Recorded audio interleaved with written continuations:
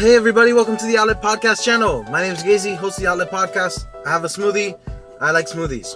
And today I'm going to talk about my experience watching Your Lie in April. This is the third episode of the notes that I've been doing.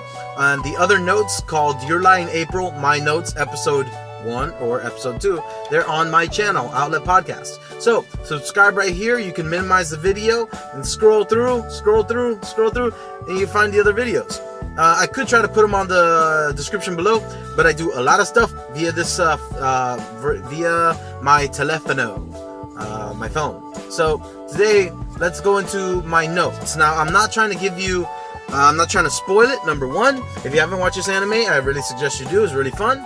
If you, so I'm not trying to spoil this for anybody, but I just want to share my experience. Now, I always say it. I'm not trying to spoil it. These are notes. They're not positive, neither are they negative. They're just generalities, things that I've observed. So let's get into it.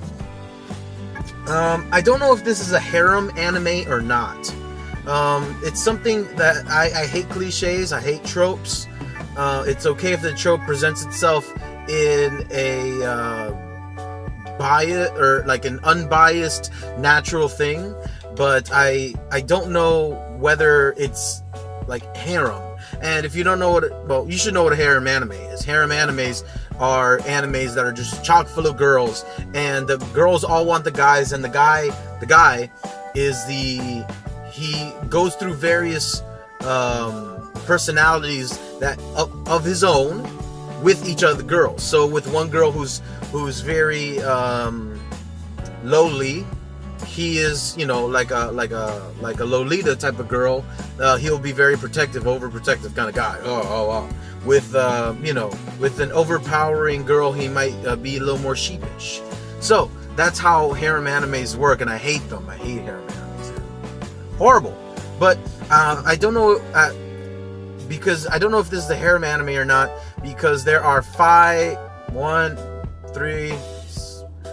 6 girls in the anime in general that revolve some point around him. So that's something that's kind of peculiar. I wasn't sure if this is a harem one or not. In the anime, I haven't seen this in other ones, but when there is like a side profile of the character, the glasses at this point will be broken. I have not seen that in other animes. It's really good animation technique. I was going to say cinematic technique, but very good anime technique where they actually take away the bar right here, and you're still able to see his eyes. And so, the eyes are the windows of the soul, regardless if they're in a movie or it's a TV show, cartoon. Eyes are the window of the soul. That's why, boom, soul eyes, bam, bam, bam, bam. All right, so prolonged piano scenes. The piano scenes are like Dragon Ball Z fights. Sometimes they are weighted. They take a long time, and especially the last song. I think they wanted to make it a last hurrah, because they're not going to go back and do this unless they wanted to do an OVA or some kind of additional anime. But they'd really ruin it for me if they were to go back and do it. Sometimes you need to leave the source material alone and let everybody who wants to go back and enjoy it, go back and enjoy it.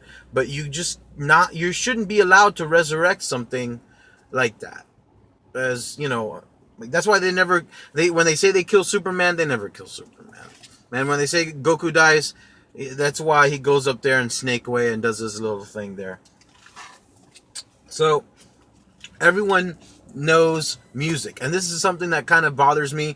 I've talked about it before, but everybody is knowledgeable. Everybody has this clandestine, surreptitious like insight. Everybody does. Now, there are some people in the show who actually, they're teachers and they have credibility. But when you got like a 6th grader being able to talk about certain musical terms and stuff. Like everyone has an opinion. That's fine. You can have an opinion. You can have an opinion with no sense of knowledge whatsoever. But what bothers me is like, okay, not everybody's opinion is valid. And it, like, in an anime, if you're looking for someone to give credibility to another character, that person should really be an authority, not just someone who's like, that's when the Dragon Ball Z, Goku. It's like random, oohing and ahhing. I don't need that. Like, my time is short. I want it to be proper. Like, use my time wisely. Use this episode wisely. Don't just give me a bunch of filler. And it's not even, most of these episodes aren't necessarily filler. They're not. They're actually on point episodes. They're like, for the sake of the continuity. They're not filler. But all of that is contained in it. Like, it's distracting. And it could be filler. So, Kashiwagi, she's like the Deus Ex Machina. And, like, there, at some point, oh man, I don't want to. Oh, well, this is the last comment on this video. This may be a spoiler, so I don't want to spoil it for you. So I would like for you to end the video at this point if you haven't seen and finished Your Lie in April. I'd love for you to check out my channel, check out my other content. All of the other stuff anime oriented. All of my other notes anime oriented are on Anime S'il vous plaît. That's a playlist I have on my channel. So subscribe to my channel. I invite you to. Spoilers in 3, 2, 1. Okay, so Kashiwagi, she's kind of like the Deus Ex Machina. She's like this force that they've used because there's a problem. How do you get Tsubaki to confess her feelings or to face her feelings with Kosei? How do you get that? How do you get her to do that? Because naturally she's not going to do it. Well, you have a friend, force her. You have the Deus Ex Machina. That you have the use of, you have the godly use of somebody to do what you need them to do so they can do what they do. You just have this a tool, and the tool works, and you have the tool perform for you.